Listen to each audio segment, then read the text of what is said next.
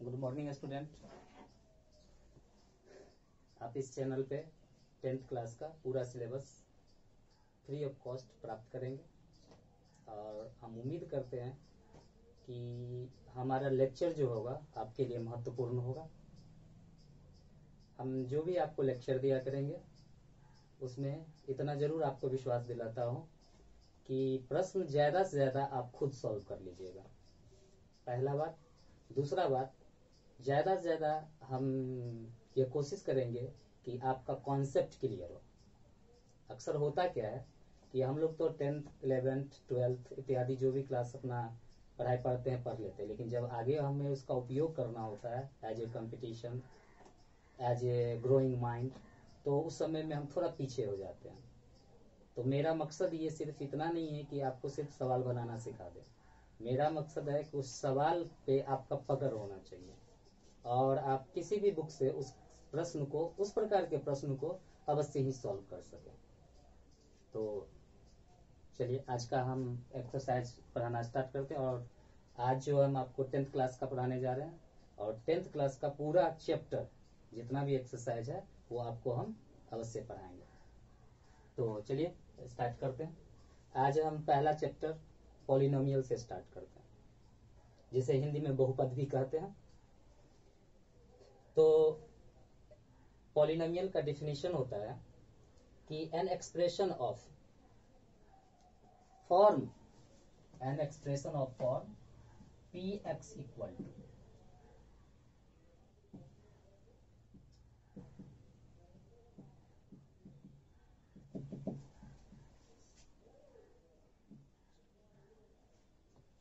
where an equal to not 0 and a0 a1 a2 are real number।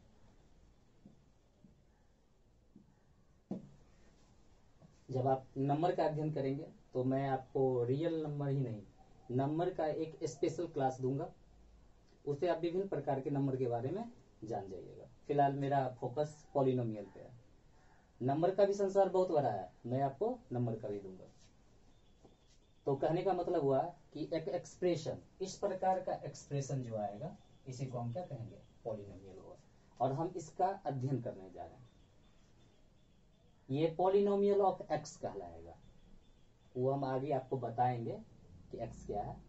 आगे देख रहे हैं ना, हर जगह यहाँ पर जो एक्स लिखा हुआ है तो ये पॉलिनोमियल ऑफ एक्स हो गया। अगर एक्स को रिप्लेस करके अगर हम वाई कर दे तो वो पॉलिनोमियल ऑफ वाई हो जाएगा।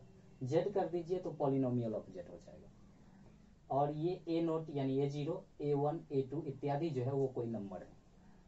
तो पॉलिनोमियल पढ़ने से पहले हम लोग क्लास 8 में कुछ ना कुछ पढ़े हैं, 9 में कुछ ना कुछ पढ़े हैं, उस सब का थोड़ा सा आवश्यकता यहाँ है।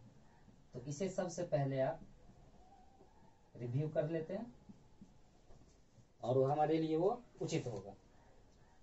रिव्यू क्या कि सबसे पहले हमारा वेरिएबल क्या होता है,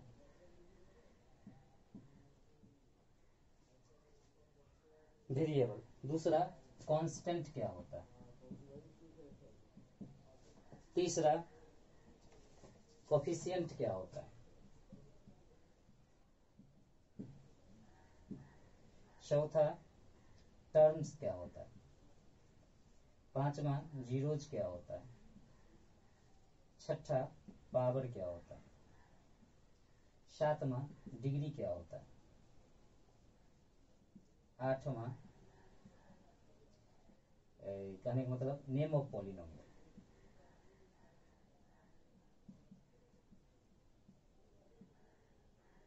या इसे आप क्लासिफिकेशन ऑफ पॉलिनोमियल भी कह सकते हैं। और ध्यान रहे, जो मैं पढ़ाऊंगा उसे आप नोट कर लें। कहने का मतलब हुआ पॉलिनोमियल, हमने शुरू में ही बोला था कि हम कॉन्सेप्ट आपका क्लियर करेंगे और उसी कॉन्सेप्ट के दरमियान हम प्रत्येक सवाल बनाने का रूल लिखाएंगे। आप उसको रूल को कॉपी पर लिख लिया कीजिएगा। रूल को हम हिंदी में सरल भाषा में लिखाने की कोशिश करेंगे, हिंदी इंग्लिश मिक्स, ठीक ना। और उस रूल को पढ़िए, हम रूल को समझाएंगे और उस प्रकार का जो रूल पे आधारित क्वेश्चन होगा उस क्वेश्चन को बनाइए। एक दो एग्जाम्पल हम दिया करेंगे, उसके बाद आपको किसी भी बुक से बनाना हो बनाइए। उसी रूल पे, उसी कॉन्सेप्ट के अनुसार आपका सवाल खुद ब खुद बनेगा। लेकिन पॉलिनोमियल जानने से पहले ये 9 8 बार जो भी हुआ 7 बार उस सारे को आपको जानना चाहिए। वेरिएबल को हम लोग चर कहते हैं हिंदी में, चर। हमने हिंदी शब्द का प्रयोग किया है चर। वैसे ही लोकल भाषा हम लोग कहते हैं गाय चर रही है, घोड़ा चर रही है, इत्यादि चर रही है। तो आप एक सिंपल सा लॉजिक लगाइए, चर रही है तो चरते चरते कहाँ तक चलेगा, पता नहीं, पता नहीं ना। यहाँ घोड़ा घास खा रहा है, गाय घास खा रही है, चरते चरते वो कहाँ चला जाएगा, ग्रेजिंग करना कहाँ जाएगा, किसी को नहीं पता। तो वेरिएबल का मतलब हुआ जिसके बारे में हमको पता नहीं है। बात क्लियर था, नाम ही है ना उसका चर, वेरिएबल। घूमना, घूम रहा है, घूमते घूमते कहाँ, जैसे आप ही मान लीजिए ये ठान ले कि हमको घूमना है, तो आपको कहीं पता है कि आपको कहाँ घूमना है, क्योंकि आप तो फिक्स तो नहीं ना किए, केवल घूमना है।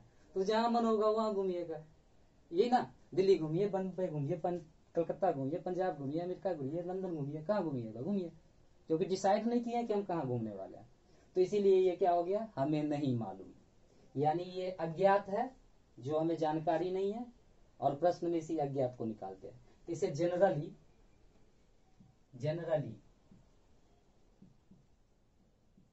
A to Z से डिनोट करते हैं।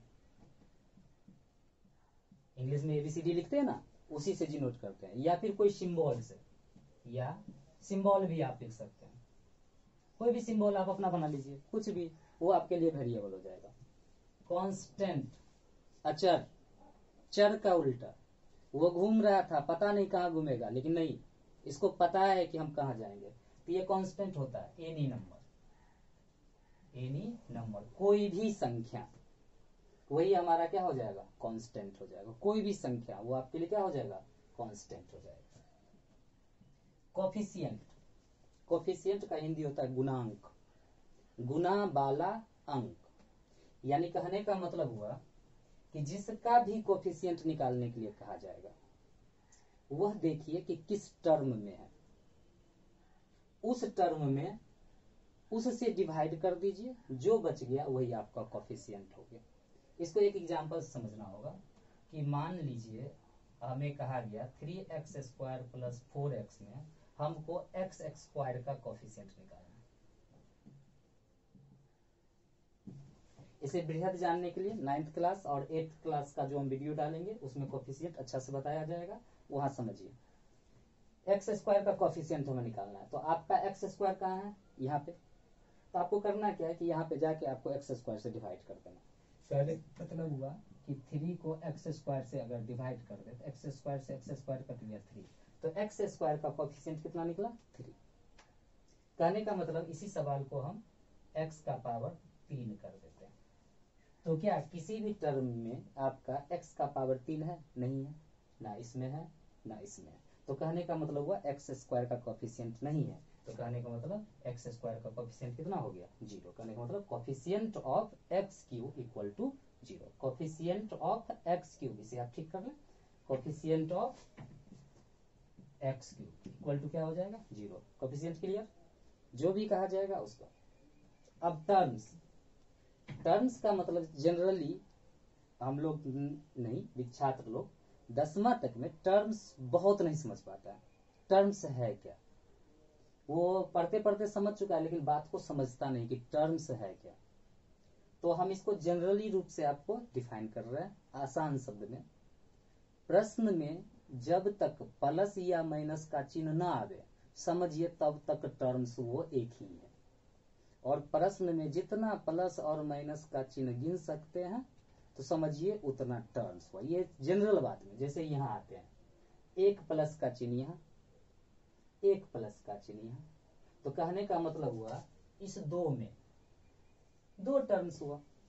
अगर इसको इंक्लूड कर ले तो 3, 1 2 3, तो कहने का मतलब ये 3 टर्म्स हो गए।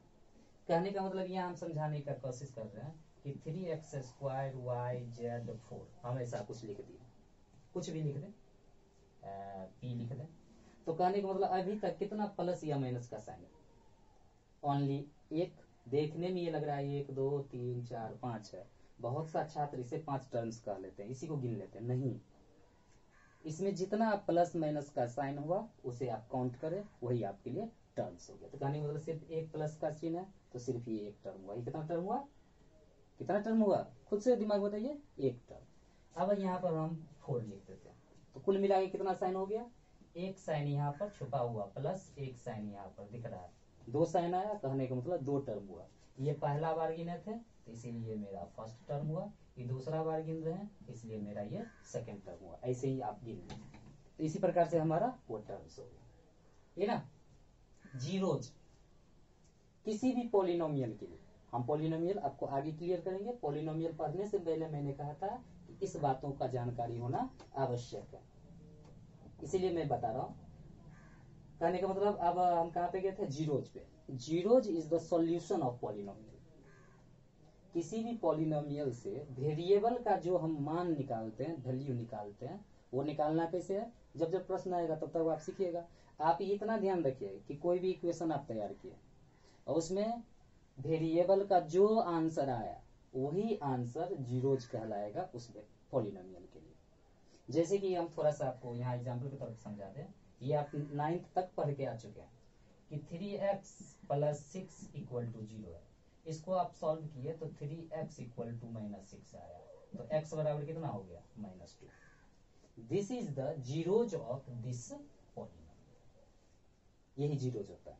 इसे अन्य भाषा में समझिए कि जो आपको आंसर निकला है उस आंसर को रिटर्न प्लस प्रश्न में डाल दे, तो प्रश्न दोनों तरफ इक्वल हो जाए या फिर 0 आ जाए तो समझिए उसे जीरोज कहते हैं। जैसे हम चेक करते हैं, x का वैल्यू हम कितना निकाले, -2। आप x के प्लेस पे उसको फिट कीजिए, 3 का 3, x का -2 + 6 = -6 + 6 = 0। तो कहने का मतलब LHS = RHS, this is your zeros. Power, power क्या होता है, ये जो प्रत्येक टर्म लिखा हुआ है, अभी अभी मैंने जस्ट बैक में टर्म बताया, ये जो जितना प्लस माइनस से जो सेपरेट किया हुआ है वही ना टर्म हुआ, प्लस या माइनस के द्वारा जो भी सेपरेट हो गया वही टर्म कहलाता है। तो ये पहला टर्म, ये दूसरा टर्म, ये तीसरा टर्म, ये चौथा, पांचवा, छठा, लास्ट कितना पता नहीं, जाते जाते हम n तक गए हैं। तो ये n टर्म जो भी है, n+1 टर्म हो सकता है, जो हम आपको एपी जब पढ़ाएंगे तो वहां हम बता देंगे टर्म्स कैसे हुआ। कहने का मतलब पावर, प्रत्येक टर्म में वेरिएबल का जो इंडेक्स होता है, कहने का मतलब माथा कह लो, ऊपर कह लो, वही उसका क्या कहलाता है, पावर कहलाता है। तो इसमें कोई वेरिएबल नहीं है, ये हम आगे बताएंगे कि यहाँ पर हम लिख भी दें, थोड़ा सा हम समझिए कि हम मिस्टेक किए हो सकता है। देखो A0 से लेके AN वाले को हम क्या बोले हुए थे कि कोई नंबर लिखा हुआ है नंबर, तो दिस इज योर कांस्टेंट, ये तो कांस्टेंट हुआ। ये जो हमारा x है, यही x हमारे लिए वेरिएबल है, जो हमने इंडिकेट भी किया था कि A से Z तक जो हम सिंबल के रूप में लिखेंगे वही हमारा क्या हो जाएगा, वेरिएबल। लेकिन आपके दिमाग में माइंड में बात आ रहा होगा कि यहाँ पर भी तो ए ही लिखा हुआ है, तो लिखा हुआ है तो वहां बोल भी दिया गया है ना, इसलिए बोल दिया गया कि दिस इज रियल नंबर, कह दिया गया कि ये सब कोई नंबर है, ठीक ना। x के बारे में हम नहीं बोले हैं कुछ, तो हमको बोल देना चाहिए कि x मेरा क्या है, वेरिएबल है। तो कहने का मतलब पावर जो हुआ, जो प्रत्येक टर्म में जो वेरिएबल डिफिनेशन के हिसाब या प्रश्न के हिसाब से जो वेरिएबल बन रहा है, उसके जो माथा पे रहेगा ऊपर में, वही उसका क्या हो जाएगा, पावर हो जाएगा। जैसे इस टर्म में कोई वेरिएबल नहीं है, A0 या A नोट से भी पढ़ते हैं, A0 भी बोलते हैं। A0 को रियल नंबर कहा गया, तो रियल नंबर के हिसाब से ये नंबर हुआ, नंबर के हिसाब से ये कांस्टेंट हुआ। कांस्टेंट यानी इसमें कोई वेरिएबल नहीं है, इसलिए इस टर्म का कोई भी पावर नहीं है। इस टर्म में आते हैं, A1 हो गया, A1 मेरा रियल नंबर है, अर्थात ये कांस्टेंट है, ये क्या हुआ, कांस्टेंट हुआ। लेकिन यहाँ x है जो हमारा वेरिएबल है, क्योंकि A से लेकर Z से हम इसको डिनोट किए हुए हैं, ये तो यानी इसके माथा पर नहीं है तो 1 है, तो दिस इज पावर। ऐसे ही इसका पावर 2, ऐसे ही इसका पावर n। पावर समझ गए। डिग्री ऑफ पॉलिनोमियल,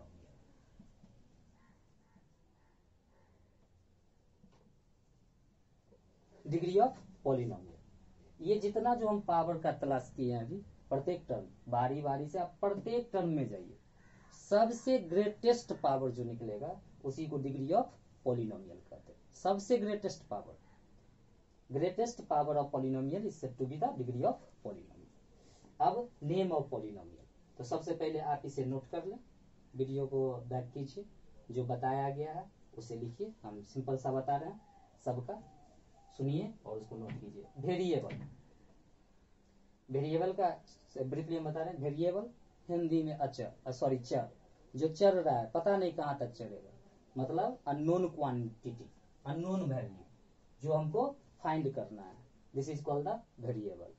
संकेत सिंबल के रूप में इसे हम इंग्लिश अल्फाबेट से ABCD से Z तक डिनोट करते हैं या फिर कोई सिंबल देते हैं। दिस इज कॉन्स्टेंट, जिसे हिंदी में हम लोग अचर कहते हैं, यानी जिसका परफेक्ट वैल्यू पता हो, ये कोई ना कोई संख्या होगा, नंबर होगा। कोफिशिएंट, जिसका निकालने के लिए कहा जा रहा है उसको कितना से गुना किया गया वो, अर्थात जहां जिसका कोफिशिएंट निकालना है उस टर्म में जाइए, उससे भाग दे दीजिए, जो आपका बच गया वही आपका कांस्टेंट हो गया। अगर वो चीज नहीं है जिसका कोफिशिएंट निकालना है तो उसमें कोफिशिएंट 0 हो गया। टर्म्स, प्लस या माइनस के साइन के द्वारा जो सेपरेट हो गया है वह टर्म्स हुआ। जीरोज, किसी भी पॉलिनोमियल में वेरिएबल का जो हम वैल्यू निकाले हैं वही वैल्यू उस पॉलिनोमियल के लिए जीरोज होगा। पावर, एक एक करके प्रत्येक टर्म में जाइए, जो हमारा वेरिएबल है, वेरिएबल के माथा पे जो सबसे बड़ा इंडेक्स है, सॉरी बड़ा नहीं, जो इंडेक्स है उसी को हम लोग क्या कहेंगे, पावर कहेंगे। Degree of polynomial, degree of polynomial का अर्थ हुआ कि अभी जो हम पावर उस पॉलिनोमियल में तलाश किए हैं, सबसे बड़ा पावर जो निकला उसी को हम क्या कहेंगे, डिग्री ऑफ पॉलिनोमियल कहेंगे। नेम ऑफ पॉलिनोमियल, अब हम नाम जो है इस पॉलिनोमियल का दो प्रकार से रखते हैं। पहला हुआ basis of term, basis of term, basis of term मतलब पॉलिनोमियल का नाम या क्लासिफिकेशन दो प्रकार से करते हैं, एक टर्म के आधार पर और दूसरा डिग्री के आधार पर। इसका टर्म और डिग्री के आधार पर। तो टर्म के आधार पर यानी क्लासिफिकेशन या नेम ऑफ पॉलिनोमियल दो प्रकार से हुआ, पहला टर्म के हिसाब से और दूसरा डिग्री के हिसाब से। टर्म के हिसाब से होता है मोनोमियल, दूसरा होता है बाइनोमियल, तीसरा ट्राइनोमियल, चौथा क्वाड्रिनोमियल।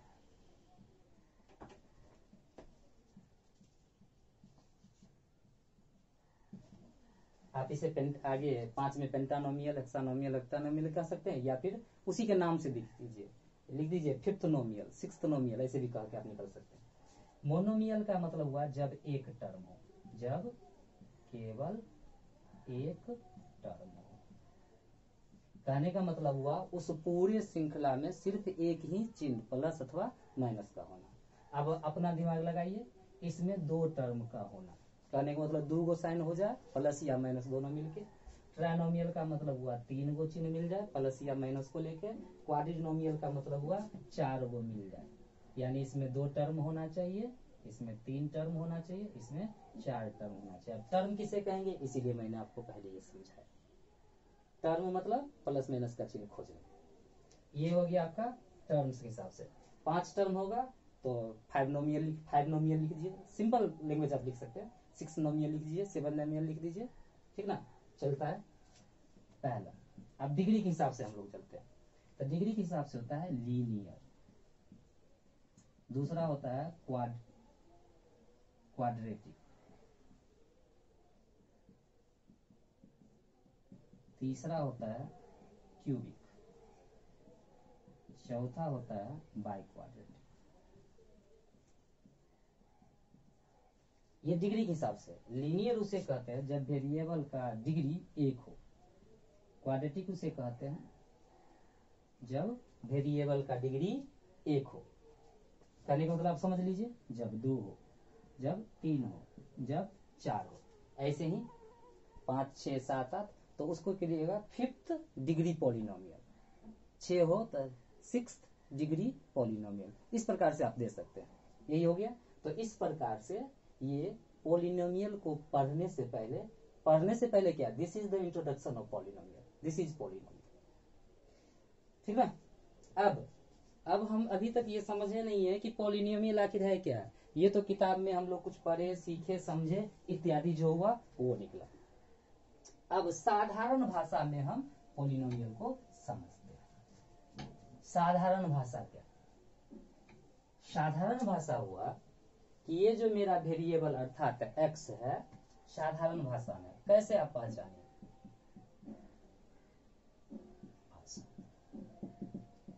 x का पावर हमेशा होल नंबर होना चाहिए।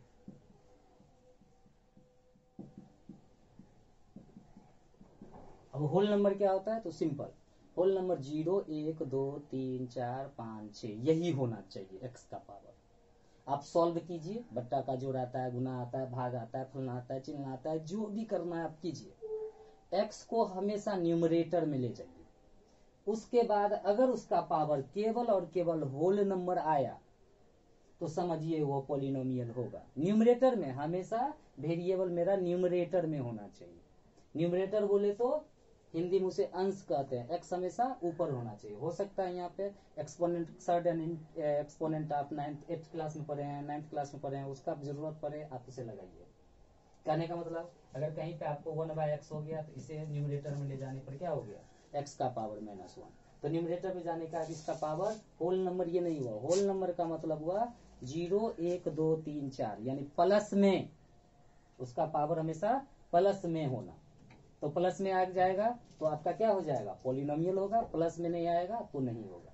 यानी x का पावर हमेशा होल नंबर होना चाहिए तो वो आपका पॉलिनोमियल हुआ, नहीं हुआ तो वो पॉलिनोमियल नहीं हुआ। अर्थात दूसरे शब्द में सुने तो x का पावर ना कभी बट्टा में यानी फ्रैक्शन में, ना कभी दशमलव में, ना कभी रूट में, किसी में भी नहीं होना चाहिए। केवल किस में होना चाहिए? होल नंबर में होना चाहिए। तो इस प्रकार से आपका पॉलिनोमियल का इंट्रोडक्शन खत्म हुआ। ठीक, अब हम लोग 10th क्लास में हैं। तो 10th क्लास में हमको पढ़ना क्या क्या है?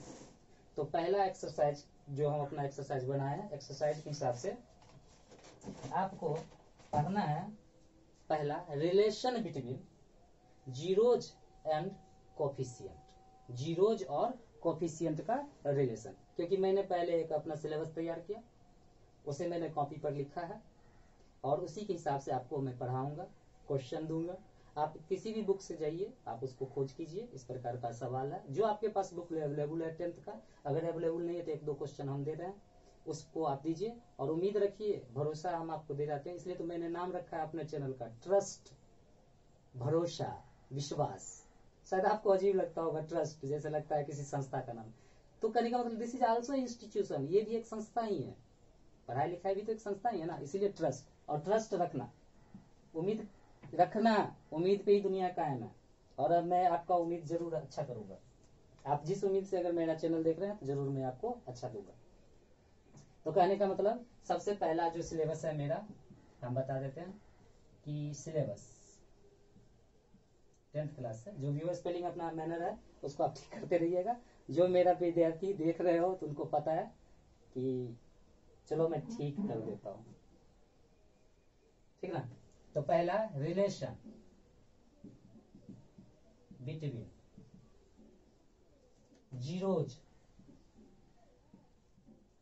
And coefficient. तो देखो, अगर इंट्रोडक्शन में मैंने जीरोज ना समझाया होता, कोफिशिएंट ना समझाया होता तो फिर कैसे काम चलता? दूसरा कहने का मतलब हुआ कि जीरोज और relation between zeros of coefficient of polynomial हो गया। दूसरा हो गया कि find polynomial when zeros are given. दूसरा सवाल हो गया, ये सवाल है, यही आपका सिलेबस है और इस ऐसा ही क्वेश्चन में कुछ लिखा होगा, उस क्वेश्चन को आप कहिए कि यही लिखा हुआ है, तो जो हम इसका बनाने का रूल देंगे आप उस रूल के हिसाब से चलिए। और देखिए सवाल 100% बनता है। ये प्रश्न है, इसी प्रकार का प्रश्न होगा। कुछ जीरोज दिया होगा, कुछ नहीं, जीरोज दिया होगा और कहेगा कि पॉलिनोमियल निकालिए। और तीसरा find other zeros of polynomial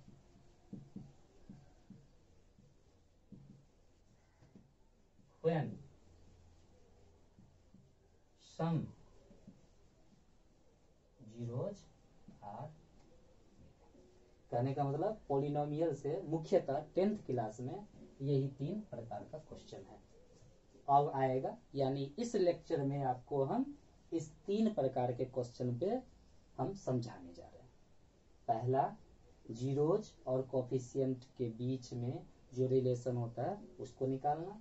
दूसरा, पॉलिनोमियल निकालना जब जीरोज दिया हुआ हो। तीसरा, बाकी जो जीरोज बच रहा है उसको निकालिए, हम कुछ जीरोज दे रहे हैं, ऐसा क्वेश्चन हो।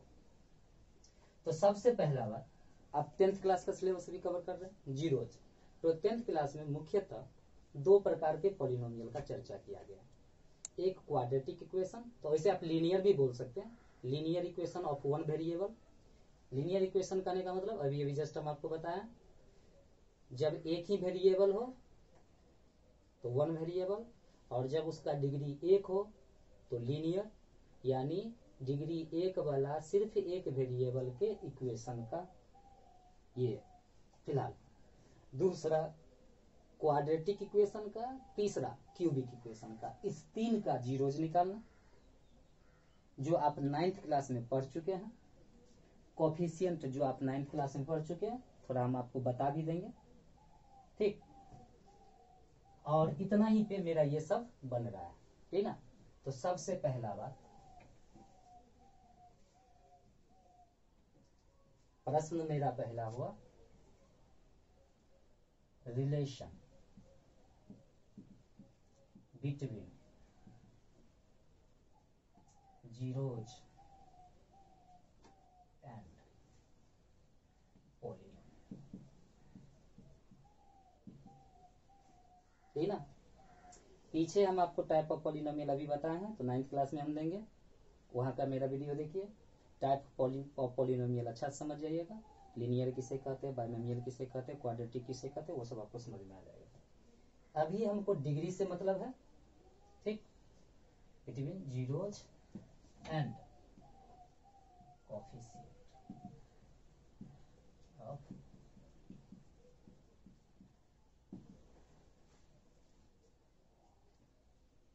सबसे पहले हम लीनियर को लेके चलते हैं। लीनियर का स्टैंडर्ड फॉर्म होता है ax plus B equal to 0। ये लीनियर हुआ, सिर्फ एक वेरिएबल x है, a और b कांस्टेंट है। दूसरा क्वाड्रेटिक, इसका स्टैंडर्ड फॉर्म होता है ax square plus bx plus c equal to 0। तीसरा cubic, cubic power 3 bx square plus cx plus d equal to 0। Biquadratic, ax का पावर 4 प्लस bx का power 3 plus cx square plus dx plus e equal to. आप ध्यान दें, ये सब single variable का है, यानी polynomial of single variable. Simple simple, यहाँ पर ए बी सी डी बढ़ाते जाओ, ए बी 2 गो, देखो A B C 3 go, A B C D 4 go, A B C D 5 go. तो जब आपको 5 डिग्री का निकालना होगा तो 4 3 2 1 पावर, देखो रिड्यूस करते जाना है। लीनियर पावर 1 तो फिर पावर 0, मैक्सिमम 1 आ गया इसलिए लीनियर। 2 पावर तब 1 पावर तब नई पावर नहीं है इसलिए नई पावर, तो ये क्वाड्रेटिक हो गया। फिर पावर 3 करो x का, फिर 2 करो, फिर 1 करो, तब गायब करो, तो ये क्यूबिक हो गया। 4 करो, 3 करो, 2 करो, 1 करो, गायब करो, बाय क्वाड्रेटिक हो गया।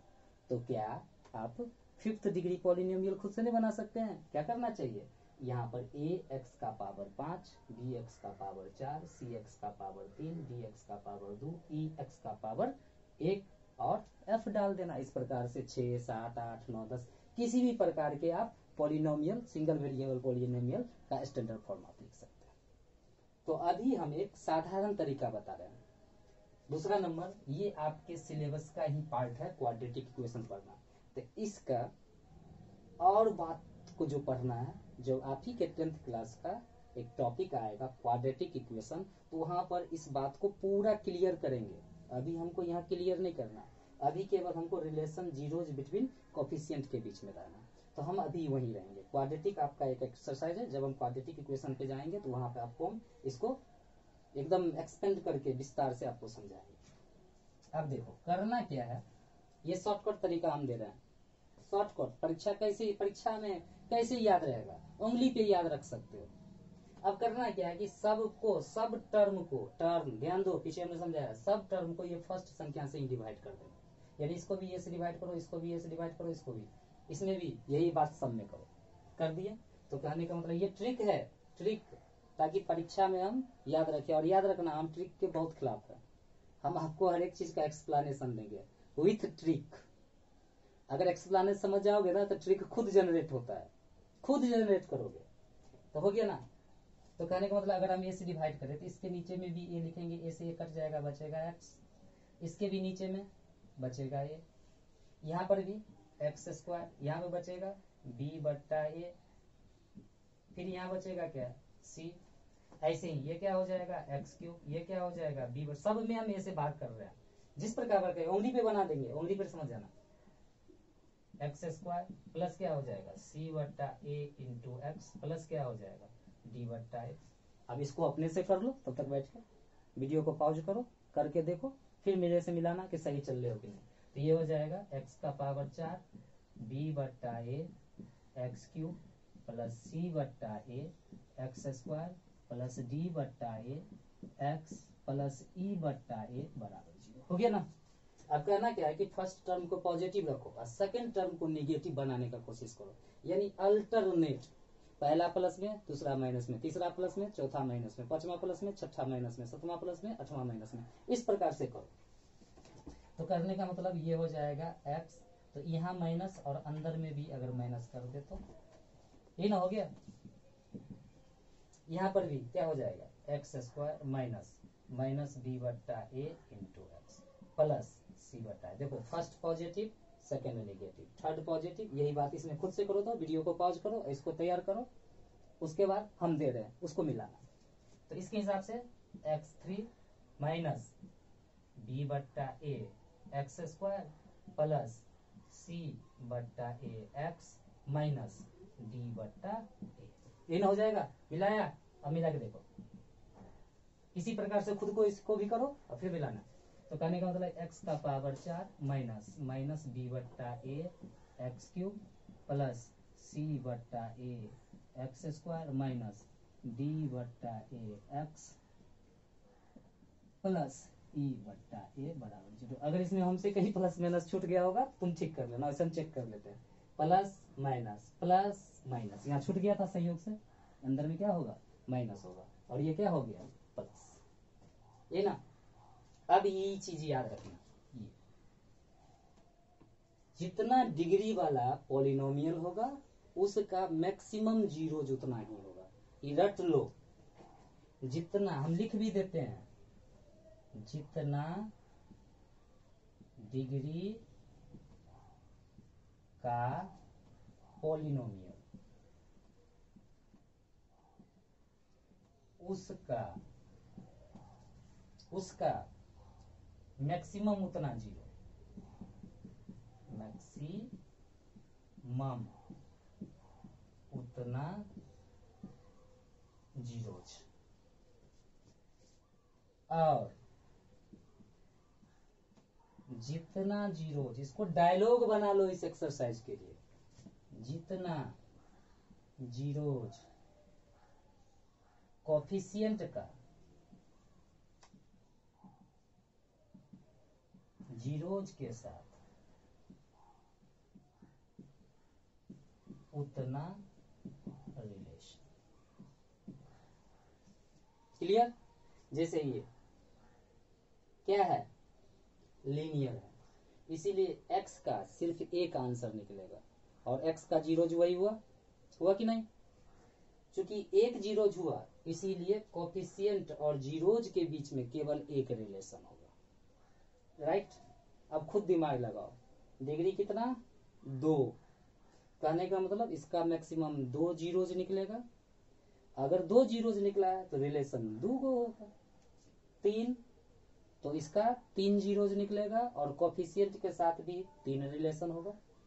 इसका 4 है तो मैक्सिमम 4 गो जीरोज निकलेगा और कोफिशिएंट के साथ रिलेशन भी 4 गो ही होगा। क्लियर? एकदम क्लियर। अब ये जो हम मेहनत क्यों किए थे, तो क्वेश्चन ही यही था, हम कैसे प्राप्त करेंगे, पता करेंगे कि जीरोज और कोफिशिएंट के बीच में रिलेशन क्या होता है। तो ए बी सी था क्या? कोफिशिएंट ही नहीं। गौर से देखो, a is the coefficient of x, b is constant, a is coefficient, b is coefficient, ये क्या है? सब कोफिशिएंट ही ना है, तो निकल गया ना। हमने क्या बोला था, ये लीनियर है तो इसीलिए इसका जीरोज मैक्सिमम कितना होगा? 1 होगा और उसका नाम हम अल्फा रखते हैं, इसे अल्फा पढ़ते हैं। जीरोज को alpha, beta, gamma, lambda, theta, beta, गीटा, अपना जो भी सिंबल हो ना कर सकते हो। आपको तो बहुत पढ़ा दिया, 3 तक ही आपकी किताब में है, हम क्वाड्रेटिक भी बना दिया, आप अपने से पेंटा का, हेक्सा का, सबका बना सकते हैं। ठीक, तो अल्फा, इसे अल्फा कहते हैं, इसे बीटा कहते हैं, इसे गामा कहते हैं, इसे लेम्डा कहते हैं। काफी है, तुम अपना कोई भी सिंबल बना लो, कोई बात नहीं। अरे अपना नाम का फर्स्ट लेटर ही सिंबल में ले लो, ठीक ना, वही हो गया, कह देना दिस इज जीरोज। मैथमेटिक्स यही है। एक कहानी सुनाते हैं छोटा सा। देखो हुआ क्या कि एक बार ना एक लड़का होटल में गया खाना खाने के लिए, तो वो टेबल पे बैठा, तो संयोग से ना, देखो अच्छा है, उल्टा पुल्टा मत समझ लेना, बैठा ना तो सामने में भी एक व्यक्ति बैठा हुआ था, ठीक ना। तो ये भी बैठ गया वो लड़का। तो वो व्यक्ति जो बैठा हुआ था वो बैरा का ऑर्डर देता है कि मेरे लिए 4 रोटी और एक खाली कटोरी लेके आना, ठीक ना, खाली कटोरी। तो आपके दिमाग में क्या क्वेश्चन आएगा? आपके दिमाग में आएगा कि सब्जी उब्जी फलना चिलना इत्यादि घर से लाया होगा, अपना खाएगा। तो बेटर अपना लेके आ गया। अब वो जो व्यक्ति थे वो क्या करता था, रोटी का टुकड़ा तोड़ता था, खाली कटोरी में अपना डालता था और खा लेता था। एक बार हुआ, 2 बार हुआ, तो उस लड़का जो सामने बैठा था उसे रहा नहीं गया, पूछा सर आप क्या कर रहे हैं? तो बोला कि हम खा रहे हैं। तो कहा कि नहीं, तो हम भी समझ रहे हैं खा रहे हैं, ठीक ना। तो कहा कि देखो हम मैथ के टीचर हैं। बोला कि हम मैथ के टीचर हैं। देखो ये पढ़ने के लिए हम डाले हैं, इसको मजाक में मत बनाना। हम मैथ का टीचर है, काम आएगा बहुत सवाल आने में। तो उस लड़का को और अजीब हुआ। ऐसा माना जाता है कि मैथ का टीचर अच्छे होते हैं, वो ज्यादा थिंक करते हैं, सवाल को सॉल्व करते हैं। तो ये ऐसा क्यों कर रहे हैं? तुम्हारे दिमाग में कुछ और आ गया होगा, मैथ के टीचर के बारे में दूसरा भी खाना है, वो सब मत लाना, ठीक ना।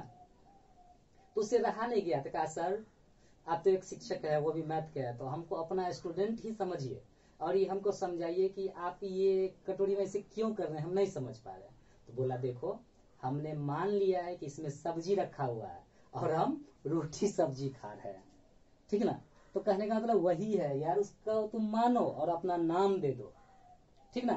तो वही बात हुआ, वैसे सिंबल के रूप में हम लोग ये लेते हैं। तो देखो हम क्या बताए थे, ये लीनियर इक्वेशन है तो इसका 1 जीरोज होगा यानी अल्फा। ये क्वाड्रेटिक इक्वेशन है तो इसका 2 जीरोज होगा, अल्फा बीटा, नाम रख देना। 3 है तो अल्फा बीटा गामा, और इसको अल्फा बीटा गामा लेम्डा। हो गया 4 पे ही, अपना तुम आगे सिंबल बना लेना। एक क्या बोल लेते हैं हम, जितना जीरोज उतना रिलेशन, तो this is your first relation, यही आपका फर्स्ट रिलेशन है। तो कहने का मतलब हुआ अल्फा बराबर -t/a, ठीक ना। अब जो वहां पे जो नोट किए वहां पे एक बात और रख लो, पहले एक एक वहां पर लिख लो, जहां हम लिखाए थे अभी, यहाँ पर नोट करके लिखे थे वहां लिख लो। पहले एक एक जीरोज को जोड़ना, फिर 2-2 जीरोज लेके जोड़ना, तब 3-3 जीरोज लेके जोड़ना, तब 4-4 जीरोज लेके लिखना। और जिस दिन सारा जीरोज तेरा खत्म हो जाएगा समझ जाना रिलेशन उसका खत्म हो गया। क्लियर? देखो इसमें सिर्फ 1 जीरोज है, हम 1 गुना लेंगे और आज जीरोज खत्म हो गया। This is relation between zeros and coefficient of linear equation of one variable. This is relation between zeros and coefficient, ये ना किसका, linear equation of one variable का। अब इसमें देखो हम क्या बोले थे, पहले एक एक लेके जोड़ना, फिर दो दो लेके जोड़ना, फिर तीन तीन लेके जोड़ना, और जिस दिन खत्म उस दिन खत्म। तो ये आपका देखो, ये आपका रिलेशन नंबर फर्स्ट और ये आपका रिलेशन नंबर सेकेंड।